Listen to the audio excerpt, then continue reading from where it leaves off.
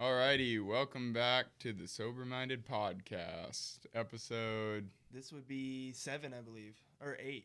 8. Yeah. Episode 8. In this one, we're going to be taking a break from our interviews and we're just going to fellowship, talk about whatever dudes being dudes, playing Texas Hold'em Texas Hold'em. and smoking pipes and And- a little bit of whiskey. The devil's water, as they say. We'll open with a prayer. Chase, do you want to pray? Oh, yeah, sure. Dear Lord, thank you for this amazing week that we've been blessed with. Please make it stop snowing. I hate to be that way. We've been asking for the snow and rain for so long, but it's April. We would like the rain to go away. But anyways, just thank you for the rain that you have provided, and thank you for everything that's been going on in our lives. In His name, amen. Amen. So yeah, in my Peterson pipe, I have the Blackberry Brandy blend, specialty from the Cigar Cave, located in Medford. Chase, what are you smoking over there? I can't remember what the name of it was. Something. It's a Black Cavendish. I don't remember the name of their blend though. You got that Missouri Meerschaum. Mm-hmm. And the honeycomb. Yes. Yeah. If my lighter is gonna. Oh boy. Oh, she's running out.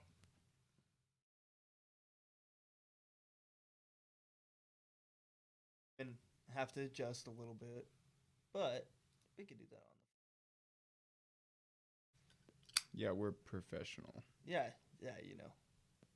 we do this for a living. The one thing that both of our listeners know is we're professional. Oh yeah, absolutely.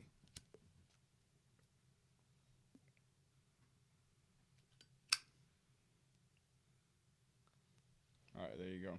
I believed in you.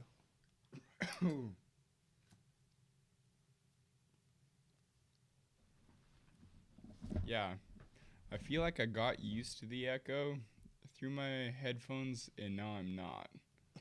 I know, might me ditch too. them. But We've got it set up, so it's yeah, hopefully this one doesn't crash. I feel like I talk way slower with them on I do because too. I'm trying to say the right words and not start repeating myself. Like remember when there used to be that old app where it would, like, you'd start talking for 5 seconds and then it would just play back from the beginning. Oh yeah. And you'd try to run through the ABCs or sing a song or something. It's kind of like that, but I'm not professional enough. And on the drink docket, we have Pendleton whiskey. That's all we got for right now. Have you tried? Well, I think I gave you some of the Woodinville. Yeah, that's what you had the other Yeah. day. It was pretty good. Yeah. Pretty good. I think that stuff is my favorite. Honestly, I like Pendleton too, just Yeah. for the price and for the quality. But when it comes to, like, if I'm gonna buy a $40 bottle, I think that's the stuff I'm gonna go for. Yeah. Yeah, I hadn't gotten any whiskey for a while, so I just kind of went back to Pendleton to try out Old Faithful. Yep. It's a pretty Yep. pretty good one, but my next one I'll be going back to Knob Creek. That one does it for me. I like Knob Creek. I think it's just a little too harsh for me. So Yeah, I don't know. I'm like a. that happens when you're a boy. That's fair. That's fair. I mean, you could tell by the Oh yeah. freshly saved face. Yep. Okay, well, Yeah, well, shall we get her started? I'm good. I'll shuffle here. What are you guys working on today when it comes to, like, your job? You still on lighting? Oh yeah, I will Oh, be yeah. on lighting until the day that I die.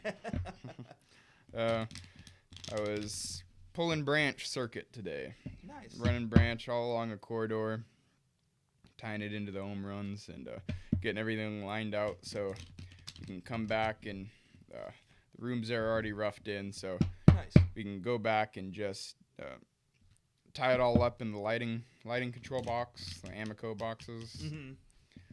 all our different zones, and should go pretty quick once we have everything done.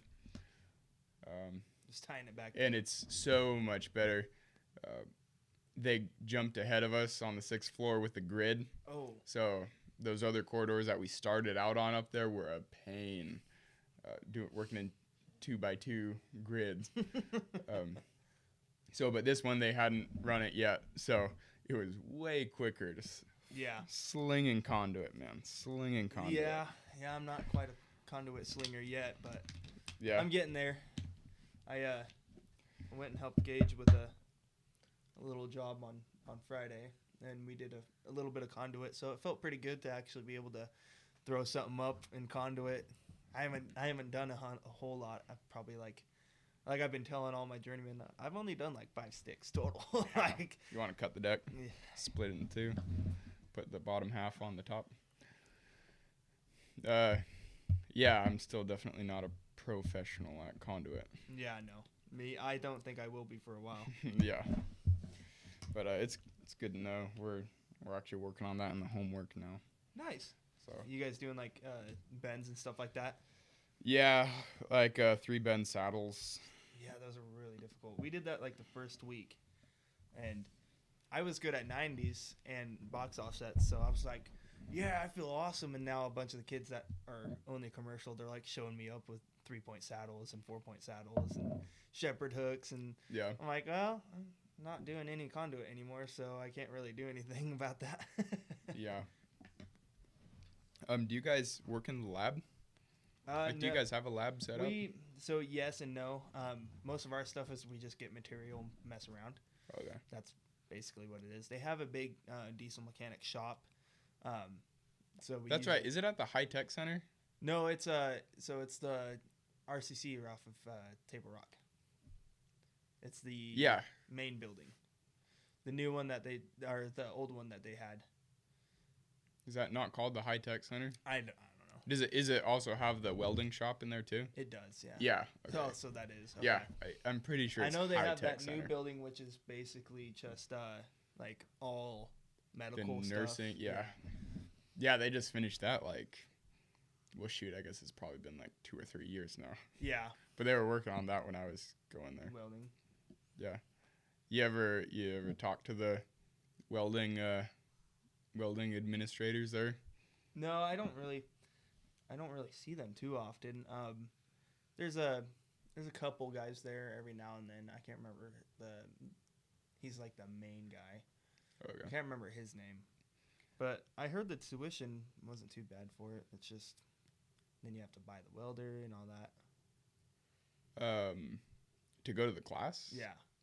Didn't used to be. No? You have to buy a welder? Well, like you pay for that's part of your tuition. Yeah. That's what he was saying, at least. Maybe it's been roped in the whole time. It just pays for the welders. I don't know, maybe. Probably. Yeah, I don't remember exactly what it was when I went there, but there's a guy named Anthony. He's got one eye. Mm-hmm. He's a really cool guy if you ever run into him. Yeah, I mean, I see a ton of people, and I'm like, I have no idea who these people are because I just go to my class and that's where I'm at. There's probably only one with one eye. So yeah, well, that is true. He's got one eye, but he can weld twice as good as me. So, he's probably been doing it for. Oh yeah, he is. That's forever. why he's the administrator or director or whatever the title is. Cool. Well, you want to put in a white? Yep. I guess I oughta. And I'll play. Okay. Are you gonna play? Yeah, I think so. Pay to play, Chasey. Pay to play. All right. Burn one. 1, 2, 3. Ooh. Alrighty, folks. We have a 3 of diamonds. We have a king of spades, and we have a queen of clubs. What will Chase Bailey do once he's done stoking his cobber? I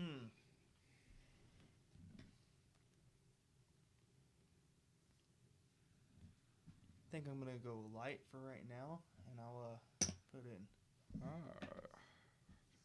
Bold move of you. I will raise you. Sounds good. Burn one, flip one. We have a 9 of diamonds.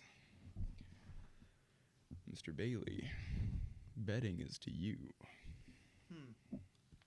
Interesting.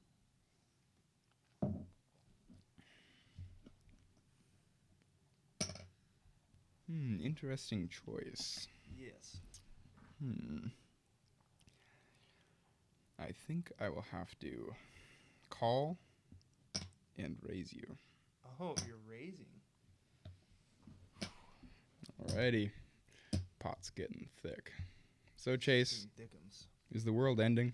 The world is indeed ending. It's We got very- 3 diamonds up there, my friends. ooh. The last card is the Ace of Diamonds.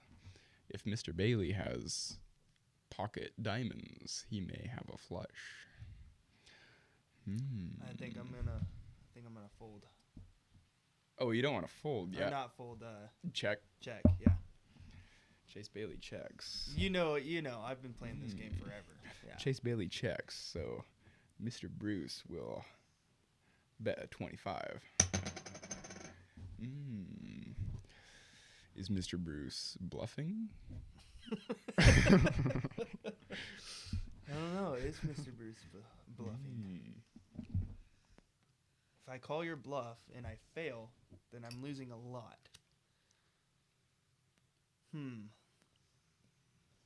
But if I bluff and I steal that all, you look like a fool. This is true. I don't think you're bluffing. You sure? Yeah, I don't think so. Alrighty. Pot's mine. You're bluffing? I don't have to show you what I have, Oh, okay. but I will. I had pair of kings. I had a chance to win that too. Dang. Well, Everyone has a chance. it is what it is. However fleeting, everyone has a chance. Are you good at shuffling? No, not very. Okay. So yeah, Chase, what's wrong with the world? Oh, everything. No, I'm kidding. That's actually a really a broad subject to put out there, honestly, because man, there could be so many topics generated off of that one saying that you just said. I would say for the general consensus that the fact that we don't have Jesus as the main person in our lives, I think that's what's mainly wrong in the world. I would agree. I believe there are cascading effects that fall as you start to lose those founding principles. Yeah, and it's like we were talking about with the Constitution, how those were our founding fathers, like go to one thing that they could always go off of, and I think we're kind of losing that a little bit in society. So I would agree. What are your thoughts on school shootings? oh jeez, man, you're really like going into interview mode. You said you weren't good at interviewing. Oh, I'm just flow of conversation, man. This isn't an interview. We're just firing off the cuff. Okay, all right. Well, that's also another difficult subject. I think that's also one of the main issues that we have in the world, because it's a mental health crisis. It's not having Jesus in our lives crisis, if you would say. So why do you call it a mental health crisis instead of a gun crisis? Well, if you look at the majority of school shooters, they either have a bad family history, or they have some sort of mental illness, or they plain up just have been bullied for so long that it got to them, which I guess I would consider a mental illness as well. But I don't know. I think it really boils down to the sinful humanity, where people feel like that's the way that they need to express themselves, and it's the only way they know how. I don't know. I don't really know. I don't know like why or how they would come to that conclusion, but I think that's the mainstay of some people's reactions to getting bullied or just in general, just having issues with school or something like that. I think that's like the mainstay for a lot of people. Yeah, I would agree. Um, I would agree that it has to do with mental health. Um, you can look at it however you want. This is my view, Yeah. but you look at all different aspects of society, and I believe you can see this trend as you lose those founding principles and as you lose those common core beliefs that drive you and give you a purpose. Mm-hmm. Um, you're going to be looking to ulterior purposes. And when you have millions of people in a country that are searching for different purposes, you're going to have some who fall on very nefarious purposes. Yep. Yep.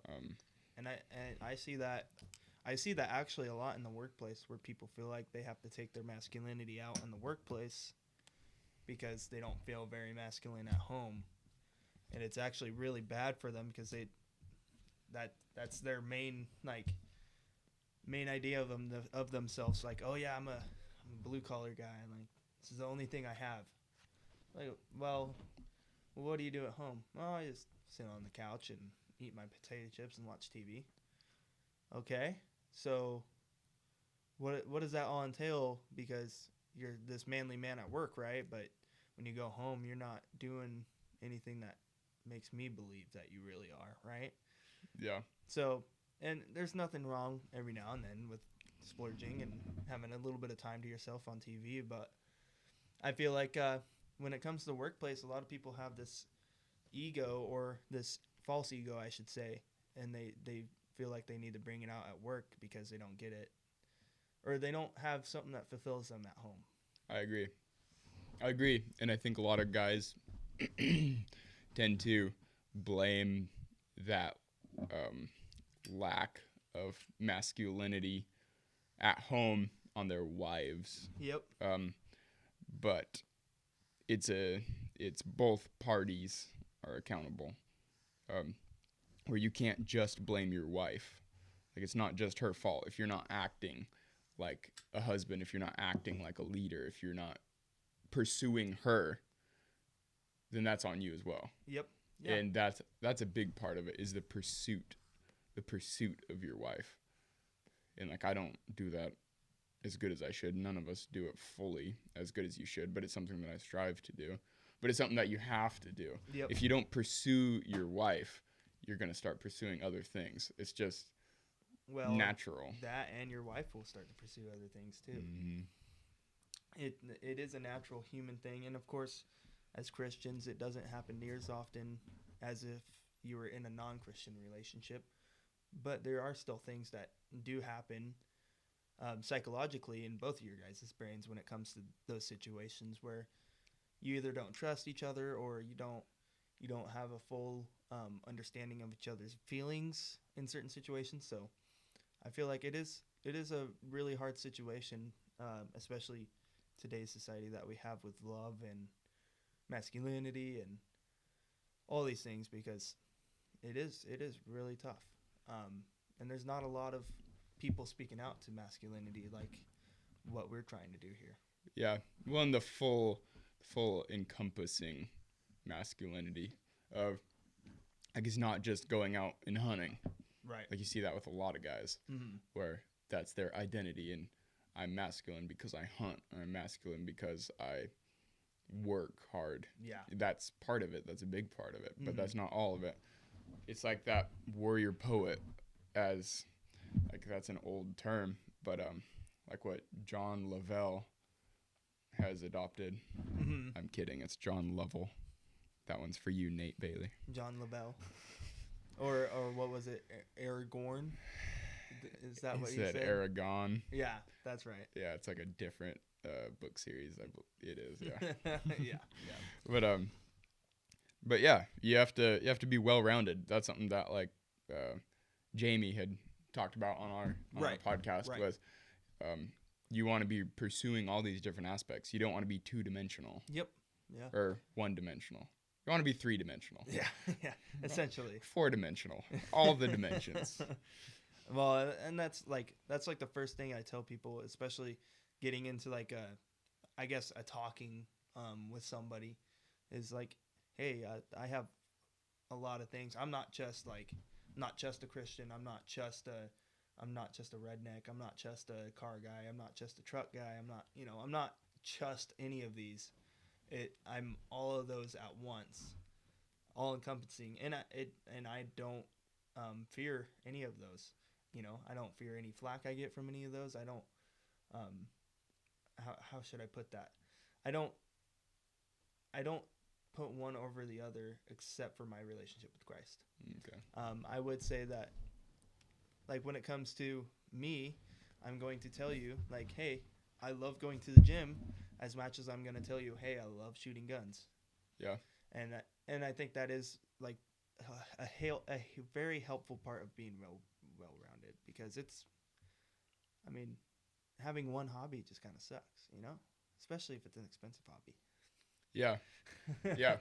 So that's interesting. So your hierarchy of identity, you could call it, Right. is just you have really your Christian identity, and then everything else is all on the equal playing field. As far as hobbies go, I would say. Yeah. I as a person, I don't think so. When it comes to, like, I don't know, maybe what I think and what I do. Not necessarily like hobby wise, but what I think and what I do as a human. I think that obviously comes above what my hobbies are as a person. That doesn't make me who I am, but that is a part of who I am. So if someone asked you, what's your hierarchy of identity, what would you explain it as? I would definitely put, and I don't do it as well as I should, I would definitely put follower of God first. And I think I would put, I don't really, after that, I can't really, other than a level playing field, I don't really know. But you would probably put working above working out. Oh, yeah. Yeah. No, yeah, definitely. I would definitely put, like, my job, of course, because it is what I do it's what I enjoy to do to earn money. Mm-hmm. And obviously, if I wasn't enjoying it, I would probably not do it. So, yeah. What about your relationship with your parents? I think your family. My relationship with them is very great. With my parents, I would say part of my family also probably pretty good. It really just depends, because I have family members that I haven't talked to in forever. I think we all do, but it really depends. When it comes to the hierarchy, I definitely would not put work over my family. Yep, there you go. Definitely would not. But when it comes to, like, every day-to-day life, of course, work can kind of creep in. Yeah. Kind of be if you're not careful. If you're not careful. Yeah. And I catch myself doing that every time. I'm like, oh, yeah, I'm going to work. Okay, be careful. Yeah, I'll be careful. And, like, just walk out the door and be on with my day. Yeah. Like, I kind of catch myself. I'm like, okay, I need to be, maybe tomorrow I need to say a little bit more or something like that. So, yeah. That is the like, the trap that we've talked about of, like, hey, I don't want to fall into that trap of, like, okay, I'm just going to work. All right, I'm going to the gym. Okay, I'm going home and sleeping. Yeah. And then waking up next day doing the same thing.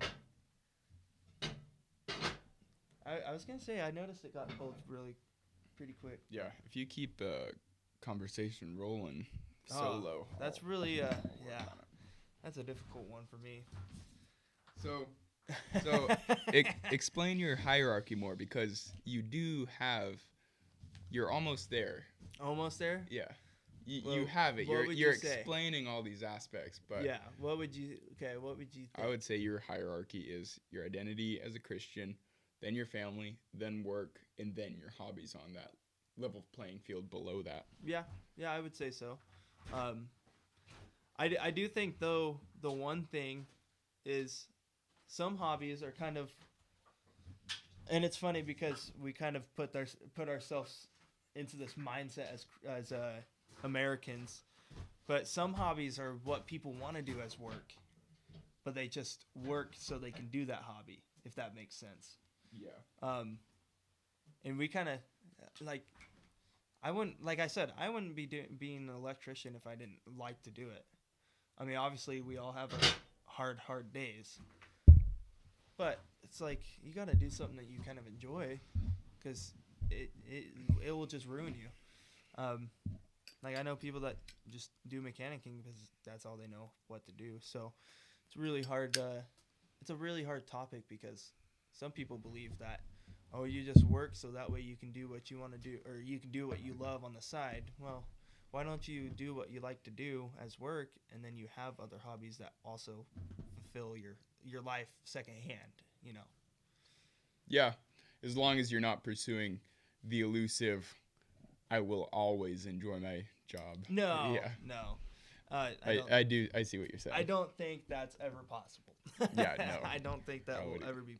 I would know agree. Even your hobbies get old. Yep. If you are pursuing them in the wrong way. If, like, say you're a perfectionist to a fault, where forging is your fun hobby, but you're beating yourself up because during that learning process you're not producing perfect works, then that would be approaching your hobby from the incorrect way. Yeah. How would you say our identity as Americans would fall in that hierarchy? Oh man, that's a hard one because it's gotten so twisted. I think the original hierarchy, at least for the most part, would have been, God first, and then actually it probably would have been God first, working man, then a family man, and then hobbies. Just because I don't think that families were, I don't know, for the longest time I don't feel that families were put in that place that we put them in today, or try to, at least you and I, and Christians should. I think nowadays it's so skewed though. I think it's more of like work, and then you could play when you're in your 40s or 50s. So it kind of gets put in a wrong place for all of us as Americans, because that's what we're pushed to as in high school. We're pushed to, okay, well, get out, go get your degree, and just go work the rest of your life and enjoy your family on the side. Well, that's not how you want to live. Yeah. How do you think it should be, though? How do you think it should look? I would say that we honestly need to work less. I would say, just because it fills people's lives so much to where that's all they're doing. Do I think work's a bad thing? No, not at all. But I do think with everything, it can get out of hand. There's people that love to work, and that's all they do. To where it's actually taken away from the family, not being there. Yeah. But it's really hard because I would want to say obviously God first, but that's not what's happening right now in today's society, at least. I would say it's probably work first, at least for the most part, and then for some people it's work, family, and then hobbies. For other people, I would say it's work, hobbies, and then family. So, but where do you think being an American should fall in there? That's a tough one. I agree, because if I'm being honest, that's not one that I've spent much thought on, which is to my fault, I believe, because it is such, I mean, being born where we were born, we're given such opportunity, right, that we wouldn't have these jobs more than likely if it wasn't for the country we were born in. Yeah. I mean, that's not saying there's not electricians in other countries, but there's a the lot less opportunity, Yep. There's a lot less opportunity.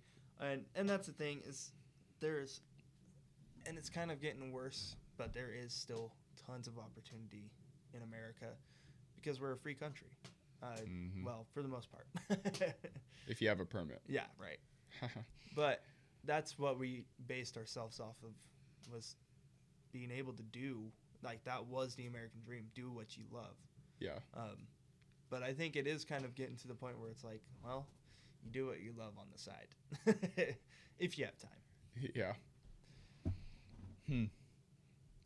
Yeah. The American side of things, it's very, very hard because we've had it so good for so long. I don't think people think about it as much. No, I would agree. And in mainstream, at least on the left-leaning side, again, we always come back to left and right, which is so reductionist. And we try not to. But it's the current climate, so Well, it's and kind of how you have to analyze the current climate. But to a lot of people, being an American is like identifying as, oh, I love America, Right. is seen as a negative. Yeah. Which I don't believe. Well, I know for a fact it's not positive to bring the culture, to bring America as a nation to a brighter future. If you're constantly saying, well, we need to, and both sides are guilty of this. Mm-hmm. Well, we need to topple the system. Like, oh, we need a civil war. Like, I hate when people say, oh, we need a civil war or whatever. It's like, really? Because if you do that, you're opening a huge void for whatever else to fill. Yep. And the foundations, our Constitution, is unprecedented. And it has withstood the test of time. It's shown that it can evolve to for the betterment of humanity. I mean, you know? Yeah, essentially. I mean, when you look at it from an American standpoint looking out, if you look at America, we are the sole providers for some countries. If you look at China, like 85%, I don't want to spit numbers out, but it was like 80% or 85%. A large amount percentage of all their goods comes in from shipping. They don't raise their own livestock. They don't have their own plants. It's all coming in from other countries and America, main supplier America. So I mean, it's funny because with this big attack on the American dollar too, realistically, it would start another world war. Actually, it would probably be worse. I would say it'd be worse because, like, worse than the two world wars. It really just depends because when it comes down to it, we're in such a tight spot right now as Americans because, well, our president didn't really help us with that. But as Americans, we're in such a tight spot, and for other countries to rely on us, and then for us not be able to I would say, like, show out or put out, I guess, because we're not in that position to be able to be globalist, as a lot of our leaders like to say right now. How so? Well, I would say we're not in the position because we're not taking care of our own. As far as it comes to, like, veteran crisis and, well, taxes and inflation rates and, you know, all these things that pile up on everyone. I would say that if it came down to it, like, if we had to protect someone, or we had to do this or that, half of the nation would probably be like, yeah, let's do it, and then half the nation would 100% be against it. So we're such a divide right now that it's like I said, we're in such a divide. We're not in that position to be able to do something like that. Would you agree that from a national standpoint, you have to be able to help yourself before you can help other countries? Absolutely. Yeah, I would say, I would actually say you would want to help yourself. And that comes along with a lot of different things too. But I would say first and foremost, worry about yourself as a country. That way you can put yourself in a position to help other countries. I would agree. And I would think the way we're trying to go about it right now is not correct. But That's just my opinion. And what do I know? I agree. What do I know as well? But yeah, it seems to me that if you forego, let's say, like a very popular narrative is the trouble with the borders. The Canadians are coming in way too much. Yeah. We need to curb that. Yeah, we need to stop the Canadian input of the Canadians. Yeah. Yeah. Yeah, Canadians are terrible. Yeah. 50% of meat is terrible. If I could cut it out, I would. I'm being facetious to anyone wondering. I was gonna say I hate those guys that are like 50%. It's the worst ratio. It's like almost good, but not quite. You almost had it, but not quite. No, I'm being facetious. No, the topic of the border is such a hot spot. And it seems to me, again, I could be wrong. What do I know? I'm not a political commentator. But it seems to me you have to have those structures because if you didn't have something like borders, I don't believe you have to push it down like 4 times sometimes. Come on, baby. If you light it with here, use the spark from this. Ah, nice. There we go. If you don't have a sound home front, you won't be able to help and be as effective to other countries as you could. Yeah, I would agree with that. Like, even where we're at now, trying to help, and this is a big topic too, that we could get into later down the road, but even where we're at with Ukraine, I think our president's just blindly kind of trying to do something, but not correctly. And I don't really agree with helping a country that's just as bad as the country they're fighting. But I apologize to all of our listeners for my Russian sympathizer co-host. Yeah. I will chastise him, and this may be his last episode. I need a... Okay, well, we'll go out with a bang then. No, I agree. The topic of Ukraine, again, prefacing with, what do we know? I might just use that one. The way it has been, at least mainstream-wise, you're not allowed to question our support and the scope of our support with no end in sight. Yeah. It seems to me if we are going to aid, we need to have some kind of goal. Like, we need to have some kind of parameters where, okay, when you push them out past this point, you've retaken your land that they took, and at that point we will stop giving aid. Or I'm not saying that specifically, but some kind of parameters, because when you go into something like a global conflict, like not everyone is involved, but it is a conflict that is affecting the globe. Yep. When you approach something like that, you have to have some kind of outline.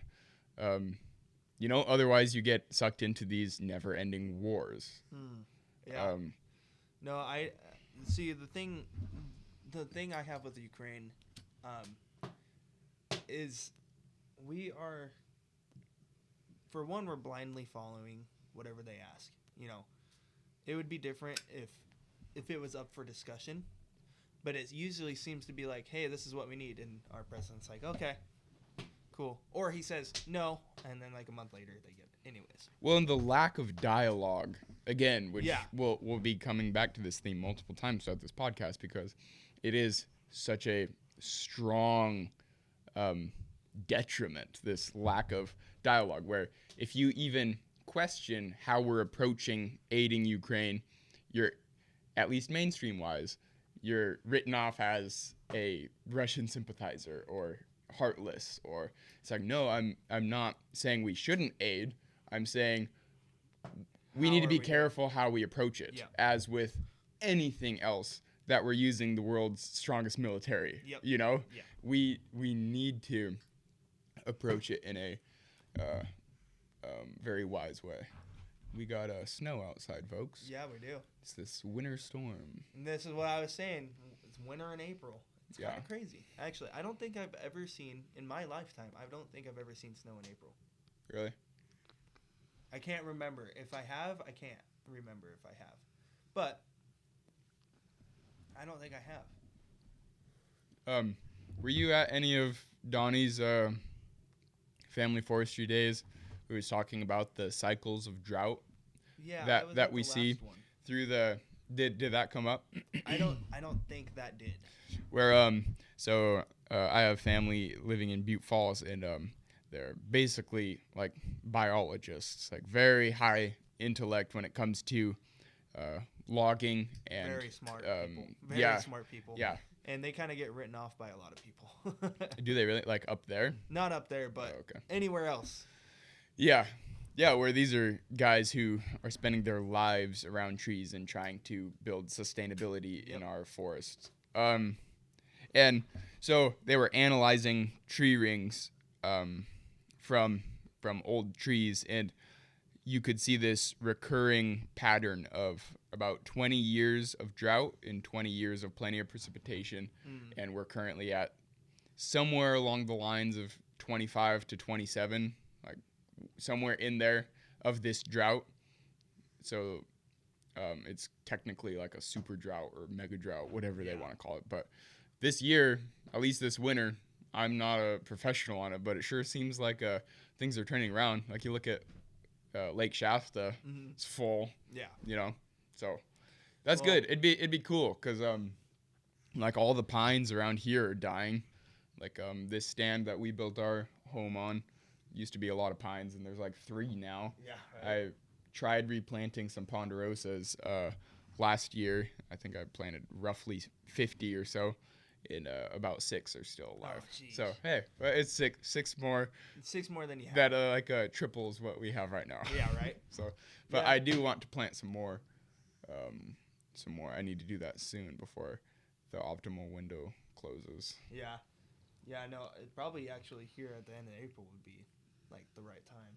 Because it's going to, I would say this assuming that the snow and stuff is going to slow down, but every time I think it's, oh, yeah, we're getting summer conditions again. Every time I think that, oh, we get some more snow. What did you see next? Either Sunday or Monday is supposed to be like 76. Yeah, I know. Wild, man. We're going from 20s and snow to summer weather almost. Yep. Yeah. Very essentially. pleasant spring weather. Yeah. Yeah. It's just crazy. And yeah, technically we have been in a drought, which it really does suck for especially you guys up here 'cause you're so used to trees. So used to trees. And for us, I mean, we have evergreens mostly where we are at, so we're kind of used to having trees all the time. But yeah, you can kind of notice the little the thinning is just natural. It's just natural thinning. Well, there's a lot of conspiracies on like weather and everything like Chemtrails. I'm being facetious. Yeah, no, there's a lot of, but I mean, when you look at it, I mean, as we can perceive it, it's natural, you know. I'm sure if it wasn't, then, oh well, whatever. But Yeah.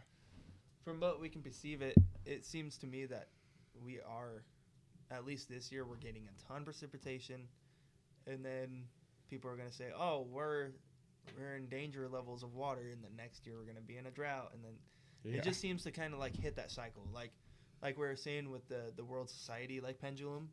Seems like it always is shifting when it comes to weather. So like 2 years, we get tons of weather, Yeah. and then it goes back in 2 years we are in a drought. Yeah. But yeah, it does make sense for like trees and stuff like that.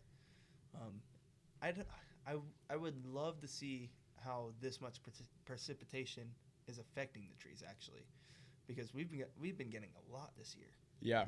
A lot. Yeah. It'll sure be nice if things start turning around. Yeah. Okay, let's see. We got a hand here. Okay. Betting is to you, my friend. Okay, so for those that can't see it, I don't think you can see it. We've got a jack of diamonds, a 3 of spades. Clubs. Oh, clubs. And an 8 of diamonds. Bidding to me, huh? Yes, sir. I'll go in. Go in with a 5. I'll match. Okay. Oh, burn and turn. Burn and turn, brother. We have a king of clubs. Oh, how the turntables.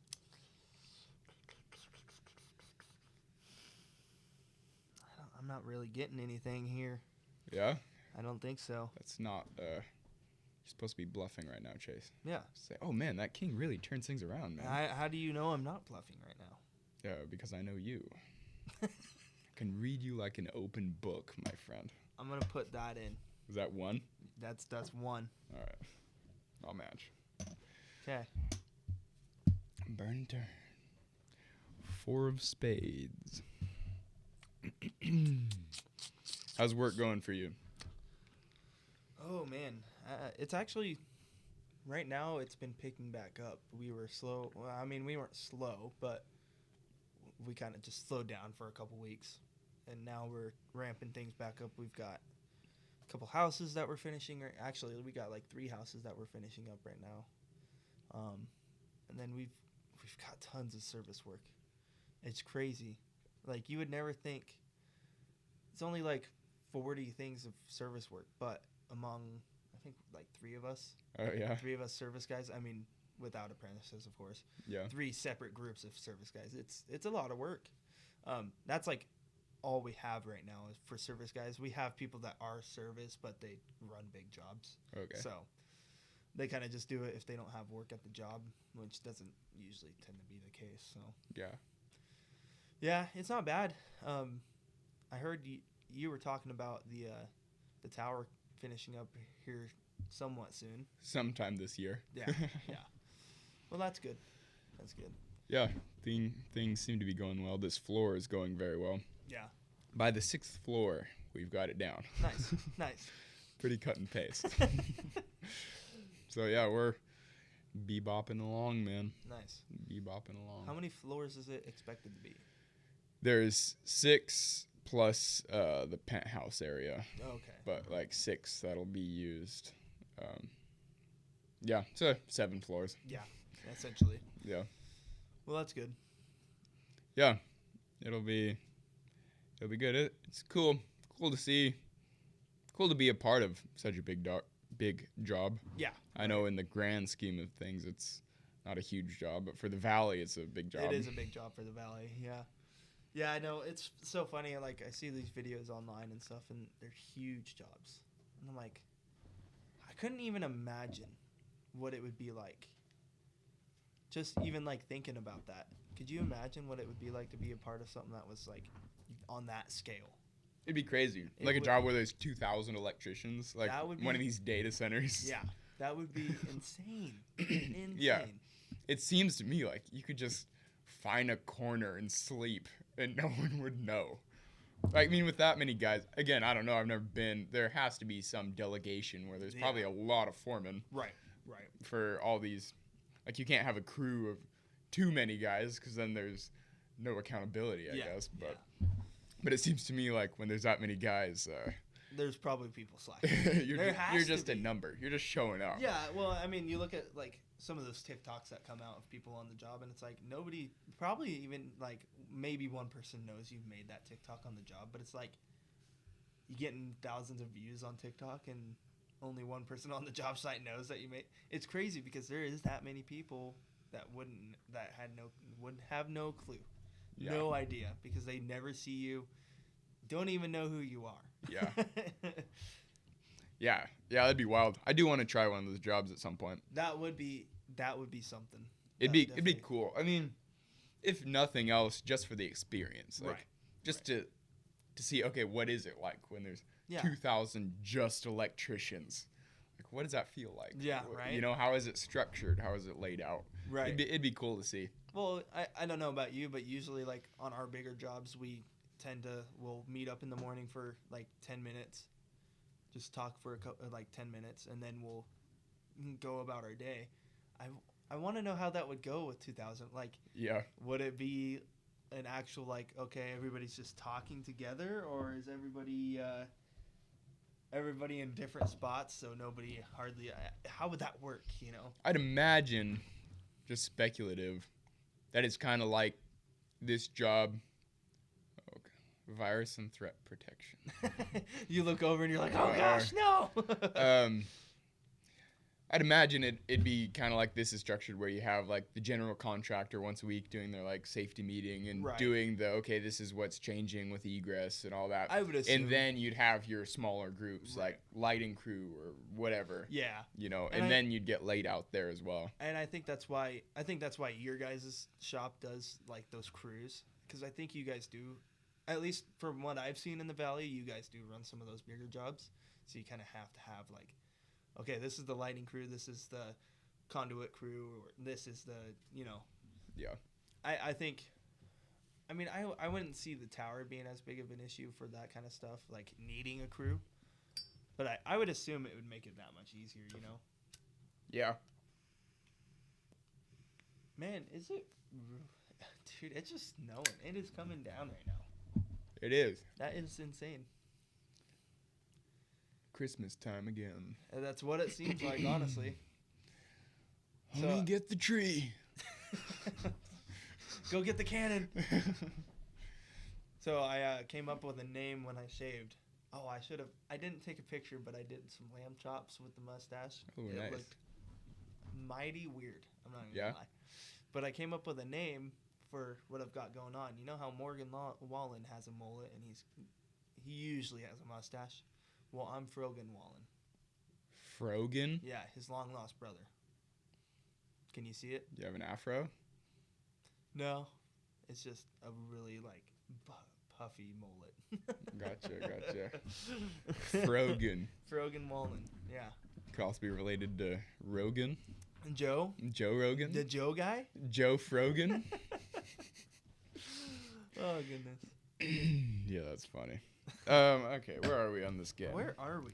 Come on, man. I think I just turned over the 4, so betting is to you. Okay. Again, folks, the game is just a pastime. This is just we're just park. hanging out, man. Yeah. This is fellowship. This Yeah. is what you need. Stay plugged in, you know. Yeah, definitely. I think we kind of brought up the idea. I'm gonna like drop the ball on this one though, of like doing a podcast out in the wilderness, and I think that would be cool because it would be unplugged, but it would also be like you're still. I don't know how that would work. I think you brought up the idea, and I was like, yeah, think of it like you're unplugged from society, but you're still speaking out into like a vast area that like nothing knows where you are, you know. I think it'd Super be cool so idea. cool. I mean, there's like however many millions of podcasts now, so I'm sure someone else has done it. Right. But I'm not aware of I've any. never seen it. I'm not aware of any podcasts where they're out in the middle of nowhere camping in podcasting. Right. But your dad messaged me the other day and said that we ought to go camping. And I think that'd be so fun. Like all of us out snow camping before the snow's gone. Because he has a large tent, right? Yep. Like we've a got canvas. That, Yeah. Got that nice canvas wall tent. I love that thing. My mom, I don't think she loves it, but we have the Cabela's one too. That big Cabela's one. Okay. I think that'd be cool, man. I think that one fits Just- like 20 people. Really? Yeah, it's huge. Well, especially because are his pack goats getting? They're getting. Because I know he got packs for them, but Right. doesn't he still have to wait before he can load them? Technically, they can do. I think they can do like 40 pounds right now, and Oh, then yeah. their maximum will be they will get to like an 80 pounds or something like that. I can't remember. I think it's like 25% of their body weight, something like that. I Okay. can't remember what the actual weight was, but yeah, they're able to pack right now. They're just not much, essentially. Gotcha. But yeah, that would be cool. Because that'd be, I mean, we could have the setup, man. Yeah. With the pack goats Oh, yeah. and hiking out. And sounds like a lot of fun to me. Yeah. I I haven't been camping in so long, man. It's been a The while. apprenticeship eats up a lot of time. It definitely does. Even mine, like I still, I still spend a lot of time on homework, but I don't think near as much as you. But it's like, Are you calling me slow? Yeah, that's exactly what I'm calling. Fair point. I'll take it. Fair enough. No, I think you just have more like actual work that you have to do. Not that our work isn't anything to scoff at either, because it is some work. Yeah. But even with mine, like it still eats up a good day or so on the weekends, and then you have your day during the week. So I mean, yeah, it definitely takes some time up. Yeah. And then you're thinking about it too. That's the worst part. That's the big one, man. Because Always like thinking I'll have about it. school Saturday, and I typically, like we're doing the 410s, I'll do most of my homework on that Friday. I'll work on it throughout the week too, but Right. so it kind of ruins that Friday off because you're doing school or homework, and you're still thinking about school too. Right. It's yeah. like, you don't get to fully enjoy the full weekend. Yeah. It's like not till Saturday night, at least for me. Yeah. The And way I approach it. we've been, and like I said, I was helping my brother, and I've been helping him. I'm going to be helping him here now. So it's like, oh, well, that's gonna suck because now I'm gonna be working Fridays as well.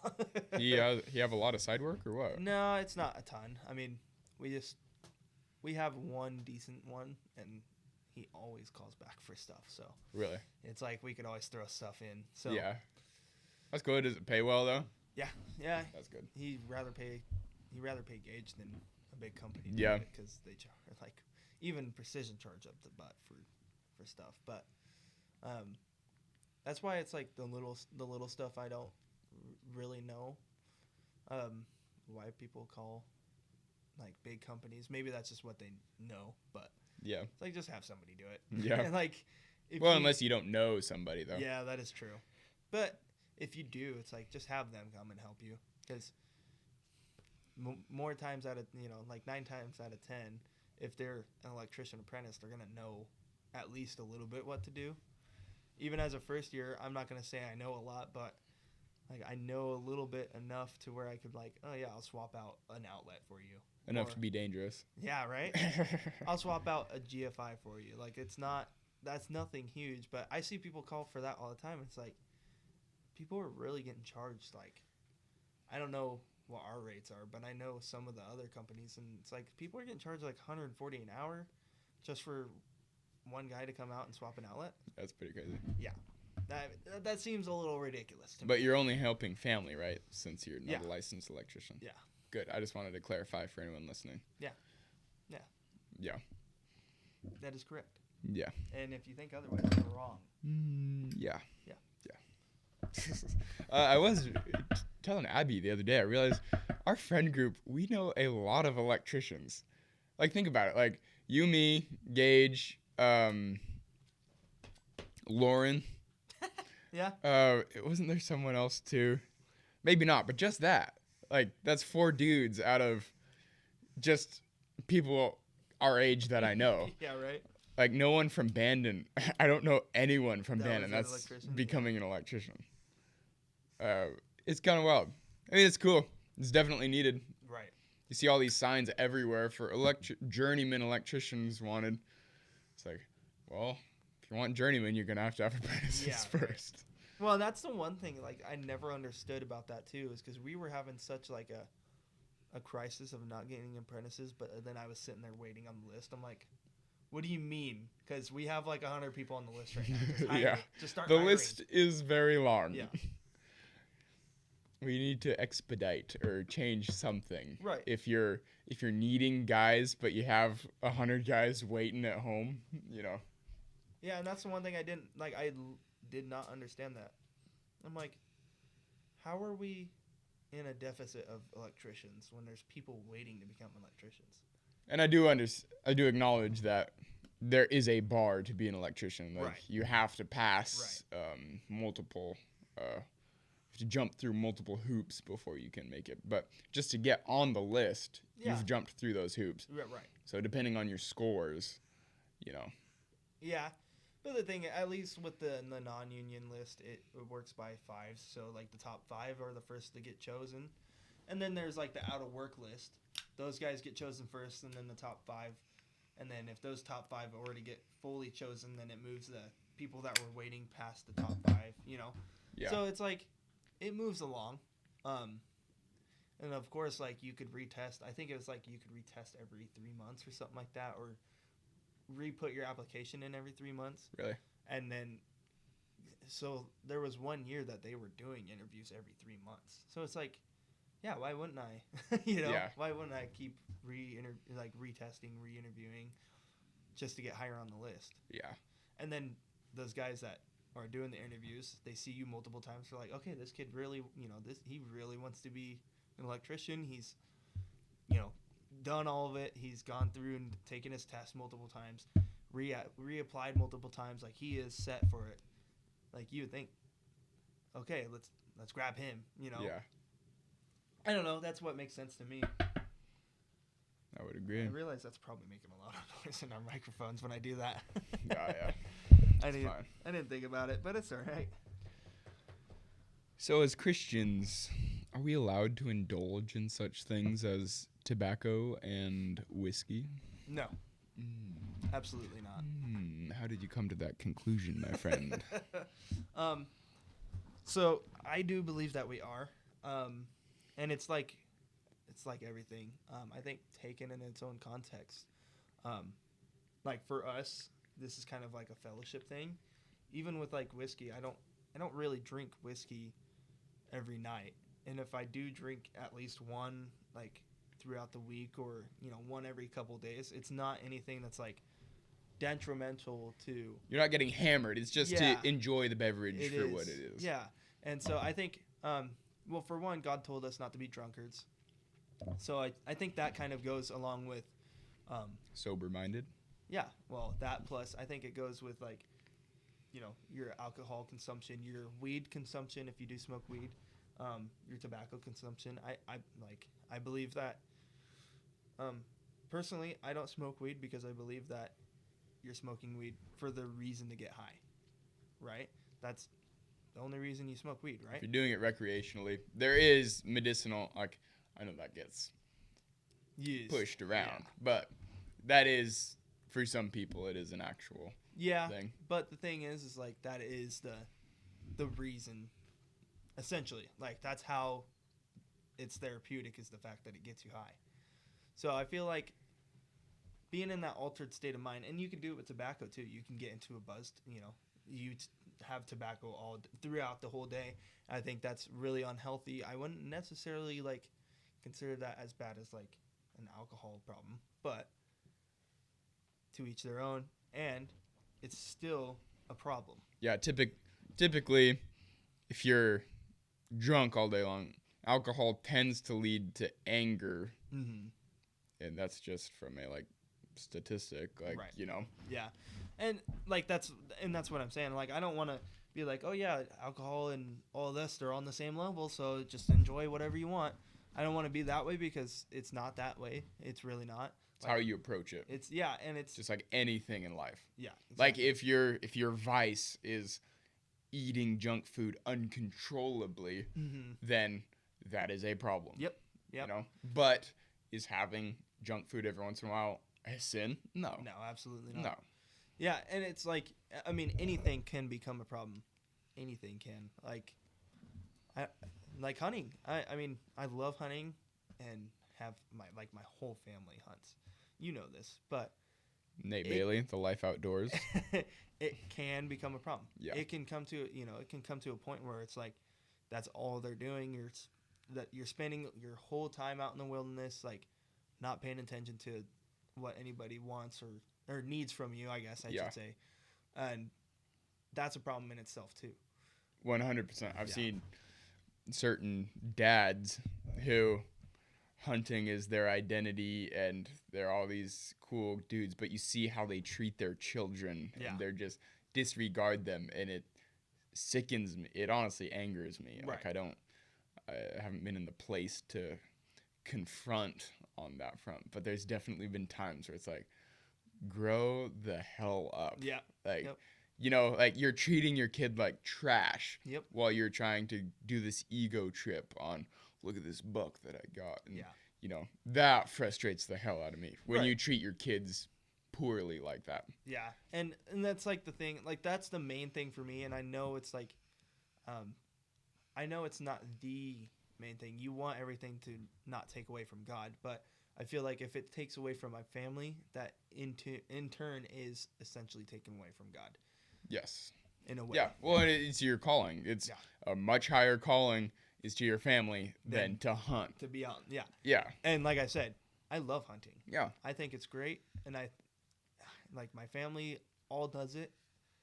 I think it's awesome to be out in the wilderness, be amongst what you originally were designed with, and just to be there and just to grasp everything. But there's a certain time and place for it, just like everything else.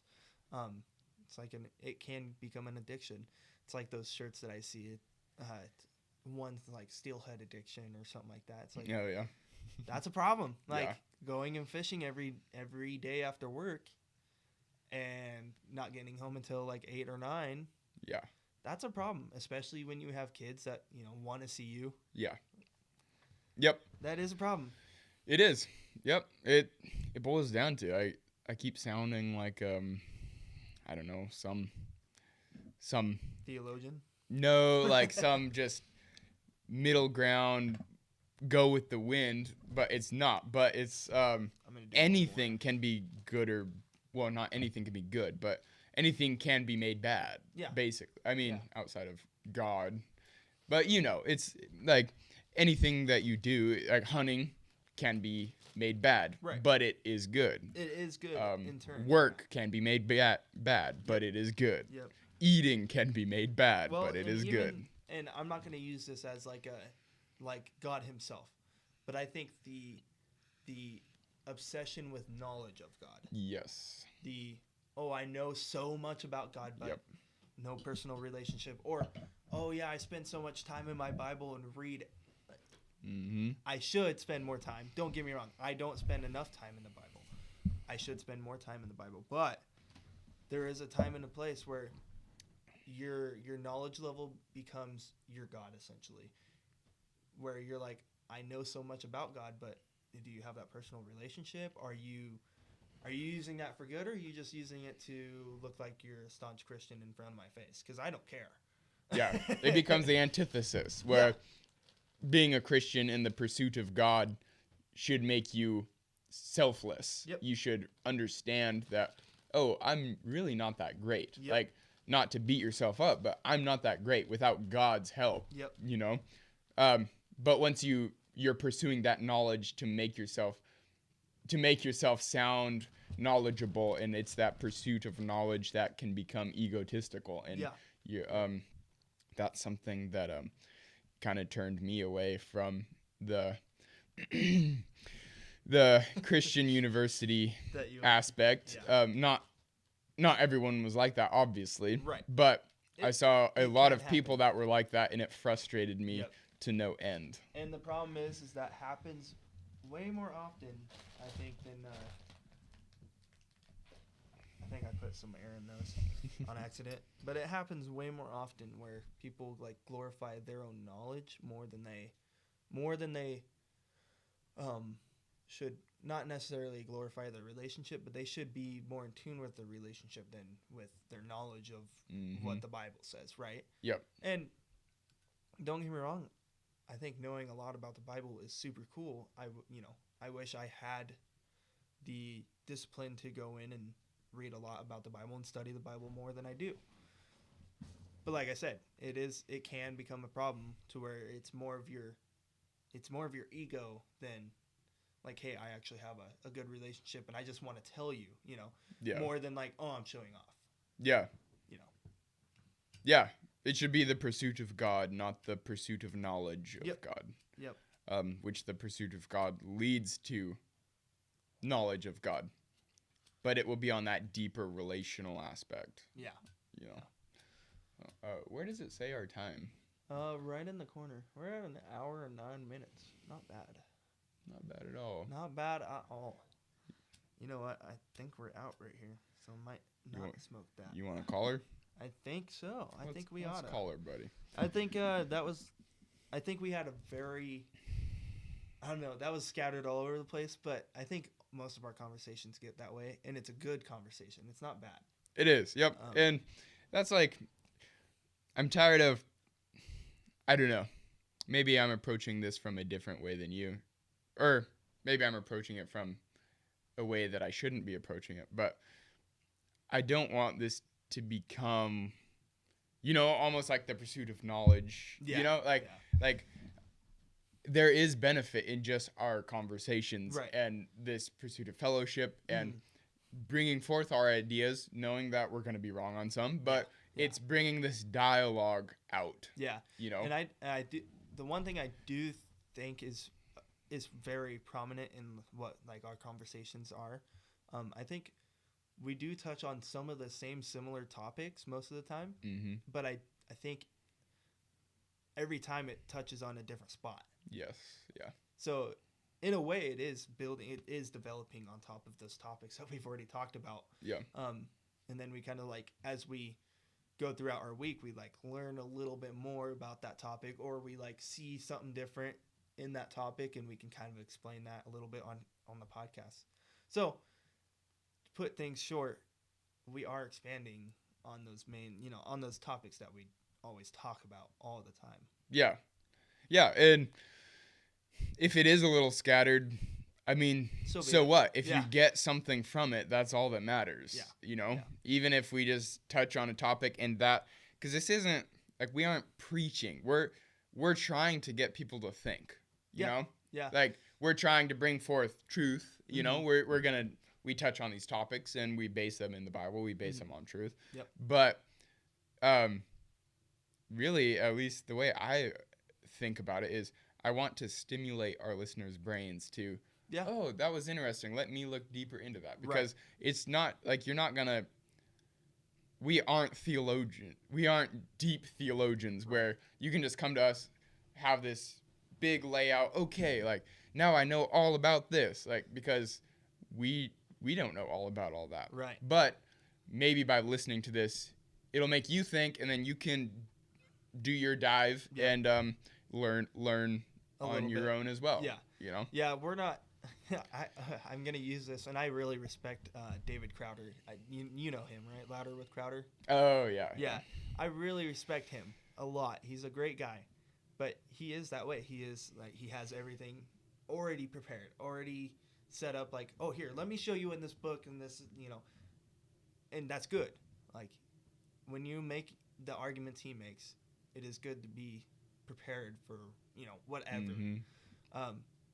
But for us, we could already tell you, because we've already based it off of what the Bible says. We based it off of references, and that's the thing is, you can come to us and talk to us about it and ask us, and that's more of like a personal between you and I.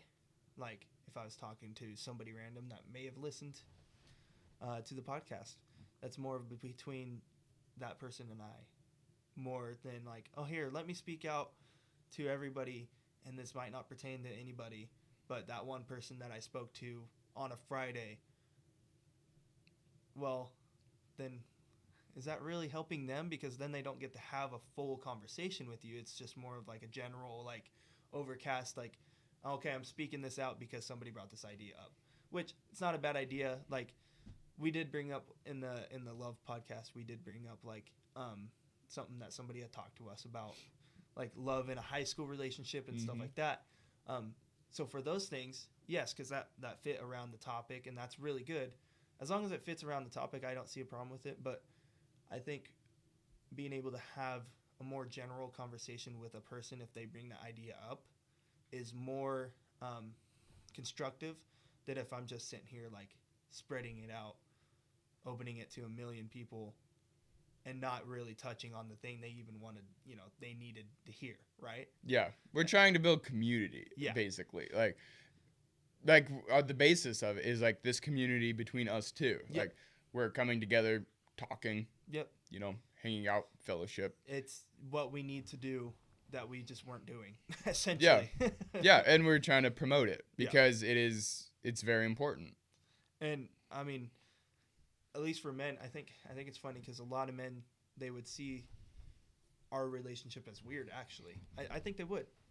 A lot of, well, like the blue collar world, they would see like, oh, those guys hang out all the time. They do a podcast together. What's up with that? They would think that's weird. I mean, honestly, I could see that. Yeah. But especially as Christians, that's what we're called to. Exactly. Like, you're not supposed, like, you see some Christians that are cut out from the church, and they say, well, I don't need a pastor to tell me what the Bible says because God will use the Bible to speak to me. Okay, yes, he will. But there is a major theme throughout the entire Bible of community and fellowship, especially in the New Testament. You're called to come together to dialogue and just feed off of each other. Yeah. And we do that. I think you and we do that really well. Even like just normal jokings, like normal jokes and normal, like just joking around. Yeah. We feed off each other well. And I think that's like a main reason we get along pretty well too. Yeah. Because even if we don't have like the same view exactly, we could still like kind of understand each other on those points. Mm-hmm. I don't know. I think it's very healthy for sure, 100%. It is. But we're trying to promote that because it doesn't happen a whole lot. Yep. It's kind of, especially, I mean, you look at the polarized culture. We need to not be cutting each other out. We need to be dialoguing and loving each other because we're all humans. And especially as Christians, that's what we're called to do. Yep. God is love. So we're supposed to emulate that. Yeah. Yeah. Essentially. Dudes being dudes. Just guys being guys. Yep. Alrighty. Thank you guys for joining. Thank all three of you. Hope you got something out of it or at least enjoyed it. So we will see you on the next one. Thank you guys.